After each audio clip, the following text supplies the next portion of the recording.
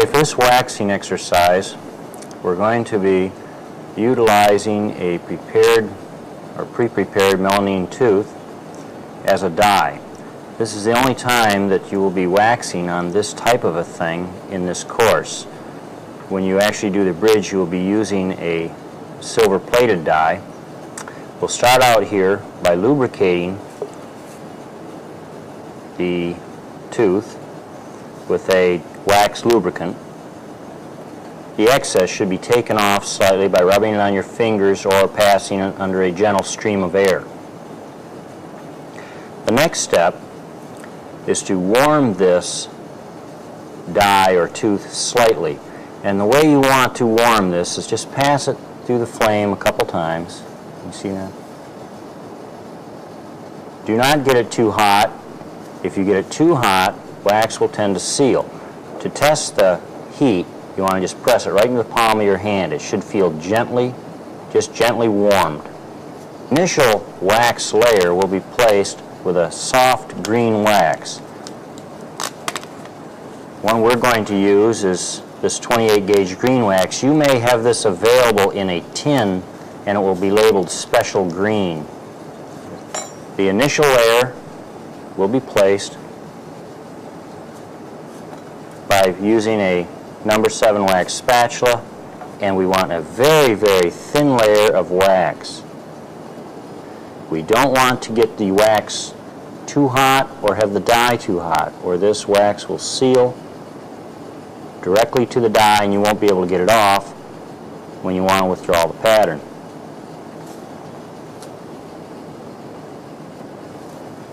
The next step in getting an adequate adaptation to the die is to place wax in all these special retentive areas. We're going to use the harder green wax now and come down each retentive groove, let it start to congeal, and then we will actually hold this down with our finger to keep that from contracting out of that groove. As you know, when wax congeals, it does contract, and that contraction will tend to ruin the adaptation that we are getting. So we're just going to hold that right down there and get into those grooves. Now we want to adapt the margin.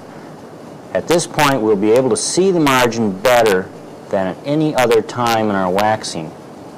So we'd like to take advantage of that.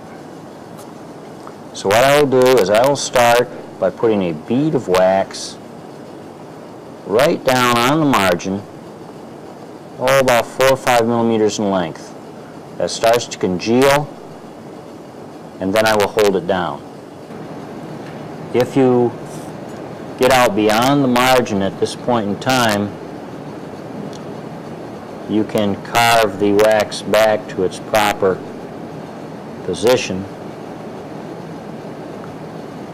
with the carver or the wax spatula there. Just bring it right back to the margin. We're going to do this and progress all the way around the perimeter of this die.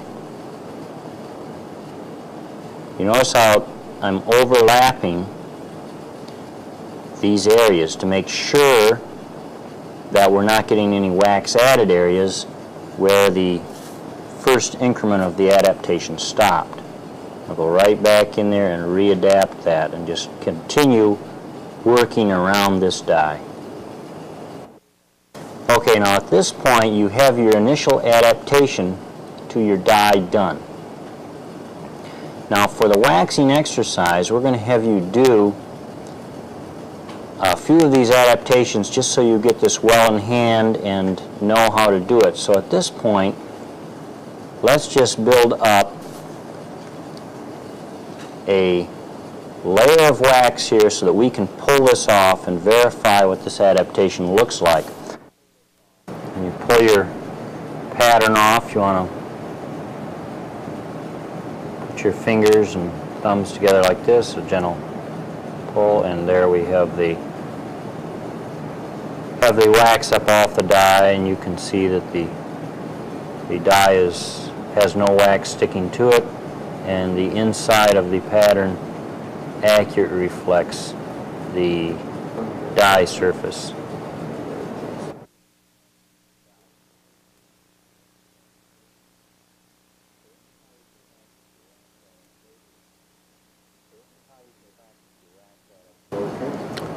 So this is how you can practice your wax adaptation. And I'm going to take this off and put it aside. Now we will readapt, and we will actually wax a crown now. Relubricate the die, and we will rewarm it. Now we have the adaptation done with the soft green, and we'll start with a harder green wax, just as we did before. Come into the retentive areas, bulk those up, hold them down as it congeals to keep the wax from shrinking.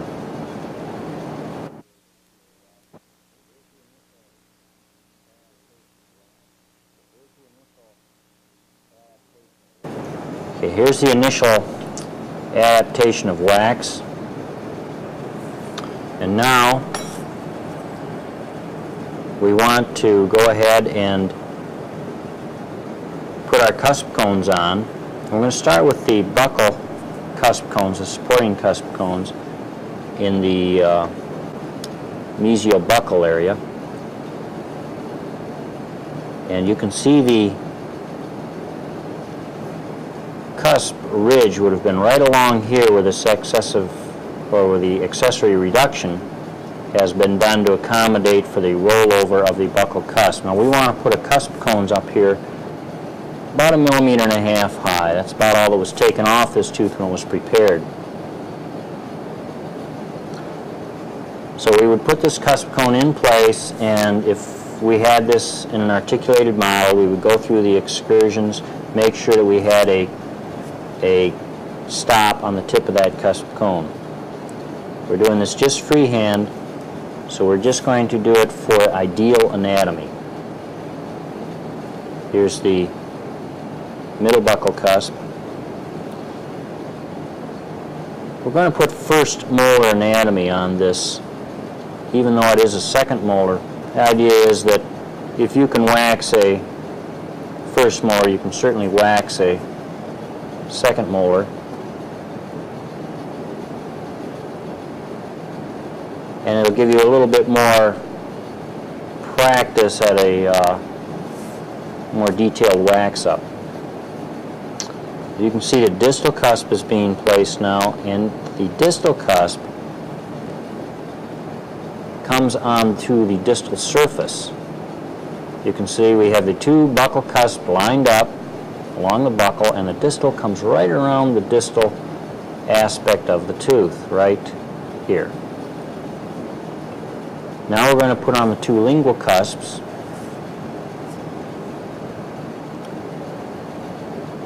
And these will come again right on the crest of that occlusal reduction. It'll be in about the right place for the anatomy of this tooth.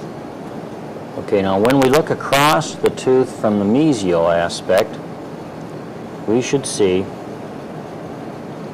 that the buccal cusp generally are going to be slightly higher, very slightly higher than the lingual cusp tips. And of course, with it out in our hand like this, it's a guess. I think we're going to have to just build these up just a little higher on the buccal.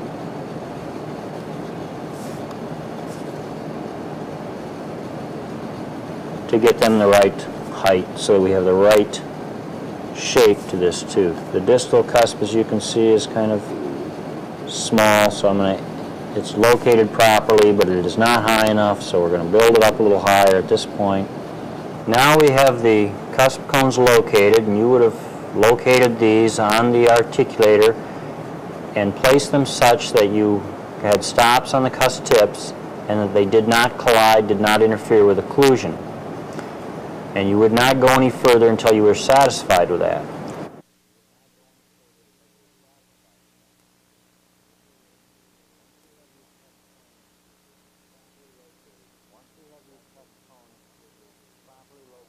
Once we have these cusp cones properly located, we can start putting in the cusp ridges and marginal ridges.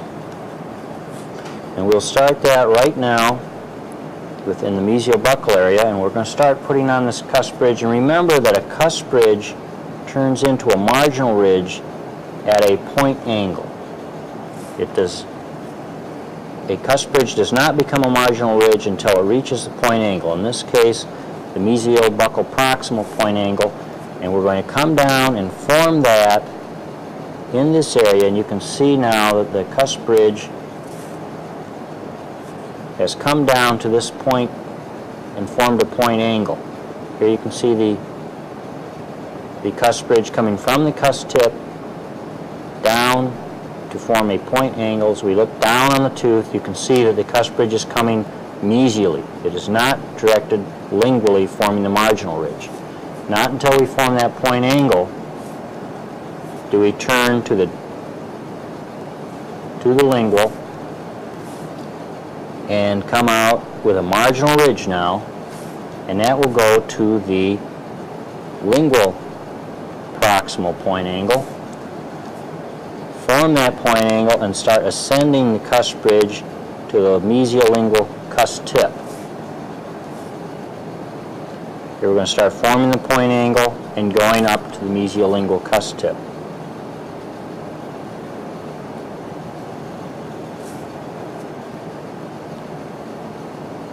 Now, as we are performing this, we would be constantly checking in the articulator to make sure that we were not getting the marginal ridge too high. For this exercise, all we want is a good anatomical form. So I'm just going to do this by sight in what looks to be a good proportion. Now we're coming down the distal incline of the mesiolingual cusp bridge,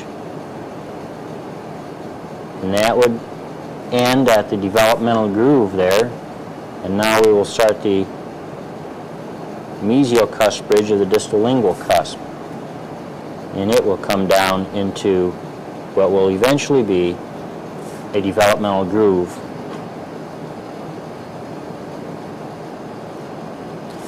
Now, if they start to run together like that, you've gotten your wax a little bit too hot, and wait for it to cool off a little bit, draw it back, keep the tip of the dropper more in the cusp bridge, and you can see that it rounds out and gives you a sharp bottom to that area. Again, we're going to come down a cusp bridge and form a point angle, this time on the distal proximal, before we turn over towards the buccal to establish the distal marginal ridge. Now, the distal cusp on a first molar is really on the distal surface, and the point angle on the distal proximal is very indistinct. It does exist, but it is very hard to see. Not nearly as obvious as your mesial point angles. The distal point angle is right here on the distal part of that distal cusp. Very, very difficult anatomical structure to see. We'll continue with these cusp bridges all the way around, and we're very careful, because remember, we've already established our cusp height, not to increase the cusp height anymore as we establish these cusp bridges. Once we are satisfied that we have the cusp bridges properly placed, we should see this type of a look. This has been called a fish mouth. You can see the cusp bridges and marginal ridges. If we look across from the buccal and lingual aspect, we want to really look at the shape of our cusp bridge, because this is going to determine how sharp our anatomy is going to be. If this is too sharp or too shallow at this time, it should be modified before we go any further. And just to show you that, let's say we've decided this is a little sharp on this mesial buccal cusp, and we want to round that off, make it a little more gentle, then it should be done at this time.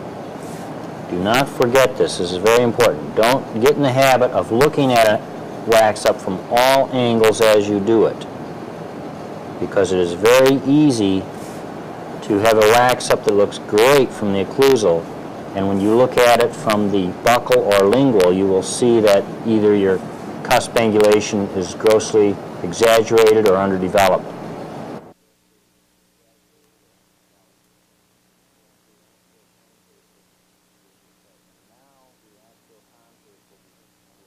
And now the axial contours will be placed.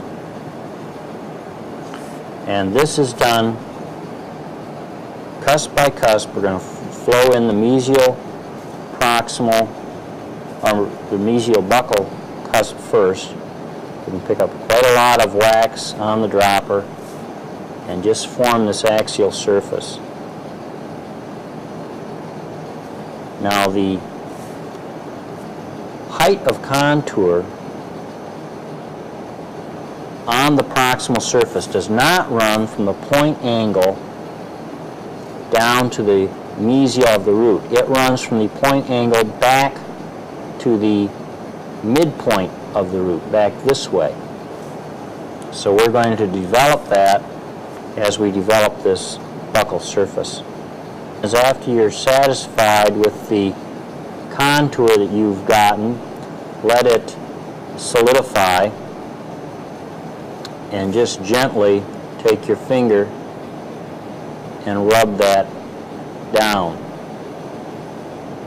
This will smooth that surface so you won't have any wax added lines, any laps on the wax. Now you notice we have a line here already started for a developmental groove between the mesial cusp and the middle buccal cusp. And we're going to try to leave that groove as we develop the middle buccal cusp.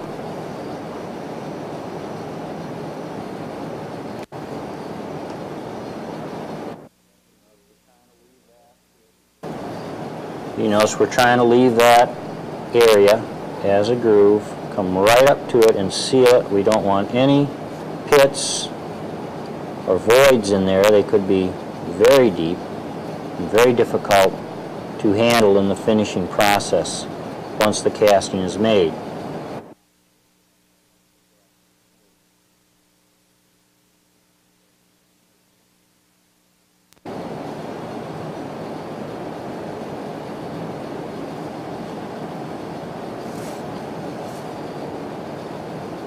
We can come and flow on the other side of the groove also.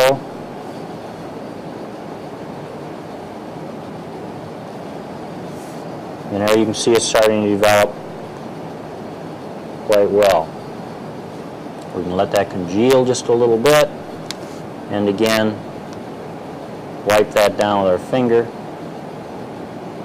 to smooth it.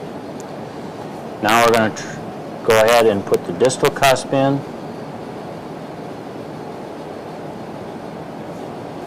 And we'll start doing the lingual cusp the same way.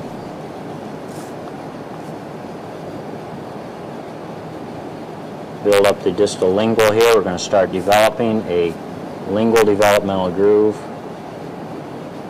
and lingual point angle here.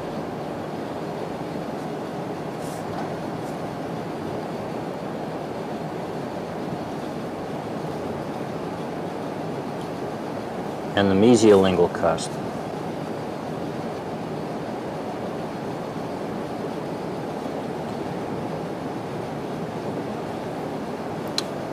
And the last thing we're going to develop here on this particular one is the mesio-proximal.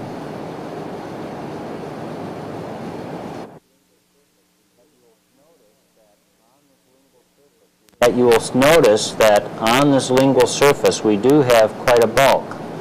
Now this is for convenience during waxing and finishing. This bulk will be taken back a little bit before we actually invest this tooth. It's a little excessive. We can start carving this off right now. It's a little bit more than we need. But we always like to keep a little bit of bulk towards the margin area, because that will allow us a little less fragile pattern as we're trying to invest, but also give us some finishing and polishing room as we are dealing with this casting. Let's just smooth this off.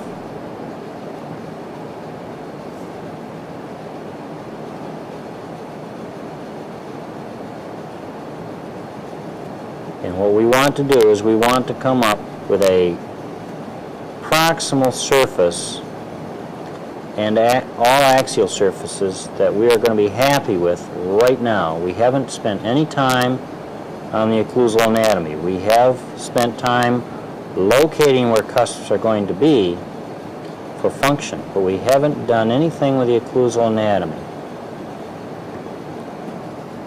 And there you can see that we have taken that bulk off the lingual aspect to make it more normal in shape. We have a fairly smooth surface. You've got the developmental grooves indicated.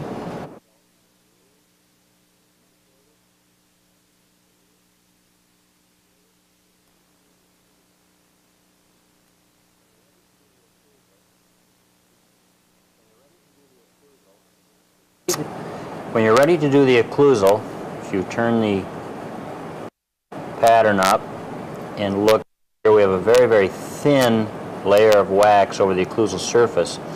And it's a good idea to fill this in a little bit so that as the different parts of the occlusal anatomy are added, you don't leave a small void going all the way down to the occlusal of your die, which could result in a small pinhole all the way through your casting. You notice all I'm doing is putting enough in so that we have some thickness over that occlusal surface. A drawing here simply of a block that has on each side a groove. Now the base groove here will always be directed towards the developmental groove. The sides may be a developmental groove or a supplemental groove, and these are always supplemental grooves. So what we are going to do is we are going to put this building block inside the occlusal surface. At this point, our wax pattern has the all axial surfaces on it, the buccal, lingual, and both proximals. We've established all of our cuss tips. If we place our known developmental grooves into this area and then place each cusp block, building block, we will automatically have a occlusal surface result. And as you know, we have a buccal developmental groove separating the mesiobuccal from the middle buccal cusp, developmental groove separating the distal cusp, and a developmental groove separating both lingual cusps. Now, if we place our supplemental grooves beside each developmental groove, then we will have a series of triangular ridges and supplemental ridges which make up the occlusal surface. Now we are starting to break up this occlusal surface into its triangular ridges and supplemental ridges. Now each supplemental ridge, as we come out towards our marginal ridges, will also be broken up by a supplemental groove, and the marginal ridge generally is in two lobes, so that we have this kind of a picture. Notice here, this middle buccal cusp, the developmental groove that separates the middle buccal cusp from the distal cusp actually truncates off the distal portion of that middle buccal cusp. And this works out very well for what you know from occlusion, is that your mesiolingual cusp tip of your upper first molar is sitting right in that central pit. On working, it will come out this lingual developmental groove. On balancing, it will come out this developmental groove, and on protrusive it'll go down the central groove. The high point of the triangular ridges, or the height of contour, does not go straight down the middle of each triangular ridge. Rather, it radiates out of the central pit area. So the high point of the triangular ridge goes from cuss tip towards the central pit.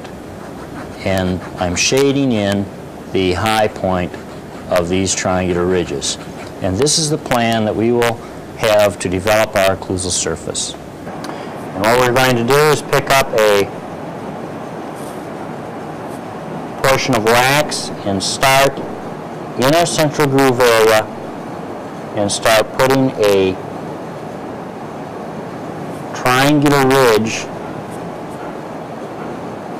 into our occlusal surface. First, I'm going to build up the high spot of the triangular ridge that will radiate out of that central pit, and then I'm going to expand the base of that to mesial.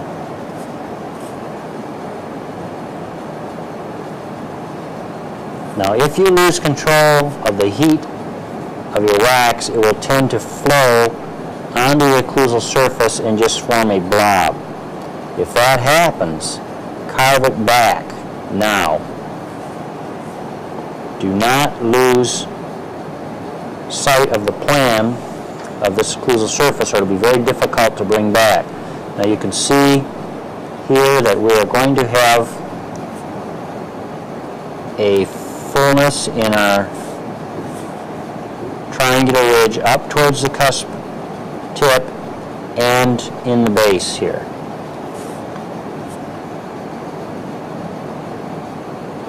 And our triangular ridge is triangular in shape with a base directed towards the central groove. And there's the first triangular ridge. Now we're going to come along and place our triangular ridge for the middle buccal cusp, and it is a very similar type of a structure, except remember that we are going to have it truncated along its distal aspect. So let's put in the triangular ridge for the distal cusp. And you notice that the wax was a little hot and fell down into our distal pit area, so I'm just going to carve it right out right now while I still know where it's supposed to be, and then reflow this triangular ridge.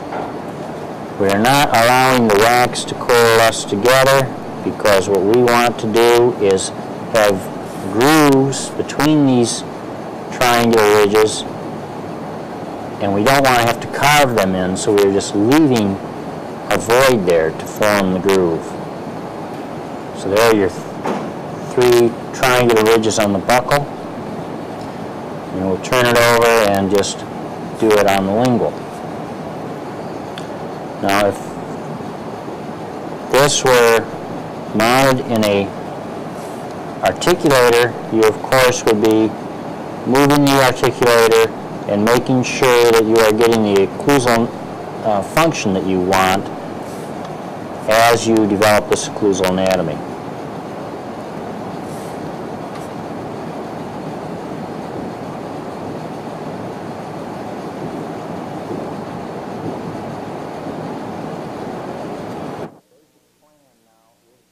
You can see that the basic plan now is there. Our developmental grooves, for the most part, are indicated, not totally formed, but we're pretty close.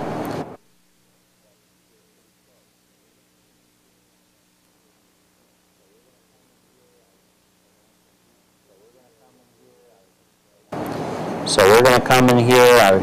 I want to enhance the groove area in here a little bit, so before I even heat the instrument, I will come up there and put a groove in this area.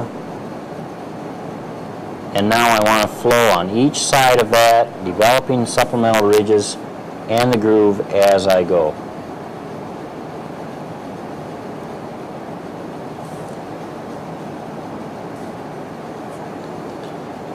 The Supplemental grooves are started from the crest or from the cusp ridge area down towards the central pit, because they are wider along the cusp ridge than they are towards the central pit. Now you can see that this one has gotten a little bit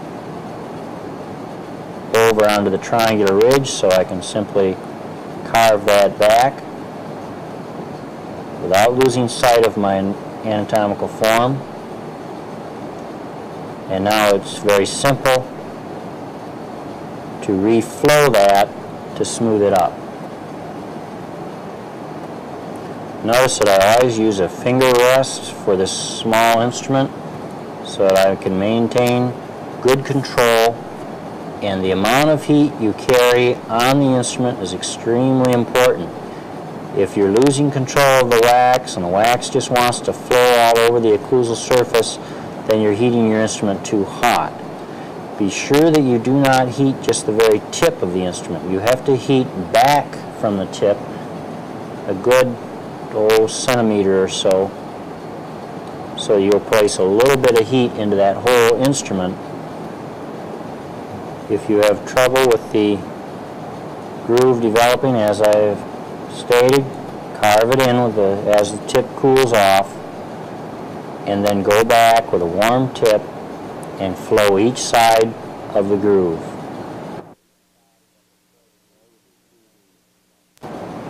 And there you can see the buccal portion of the occlusal anatomy is just about done. We'll start with these supplemental ridges and grooves on the lingual side now. Now there you can see a little bit too much wax was added. It started to obliterate the triangular ridge, and now we're just going to come back and reform that area before we lose sight of it, and then reflow the ridge.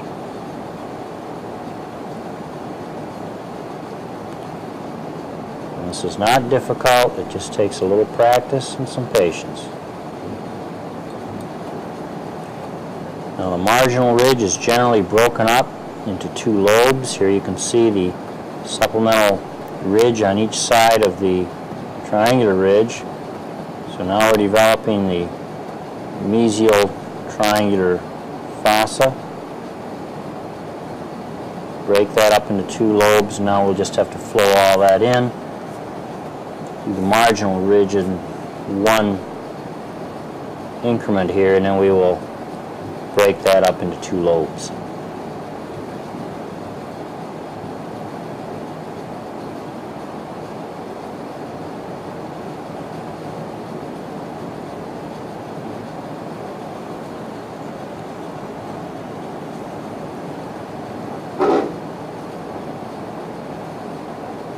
Now the wax pattern is completed. All of the supplemental ridges have been added, which has developed all the anatomical grooves that we would like to have in this pattern. The axial contours have been smoothed. Any wax added areas have been corrected. The developmental grooves are placed. And as you can see, there are no very, very deep wax added lines. There are a few facets that could be improved with some polishing, burnishing. And if we remove this pattern, we'll see it comes off cleanly and has a good wax adaptation.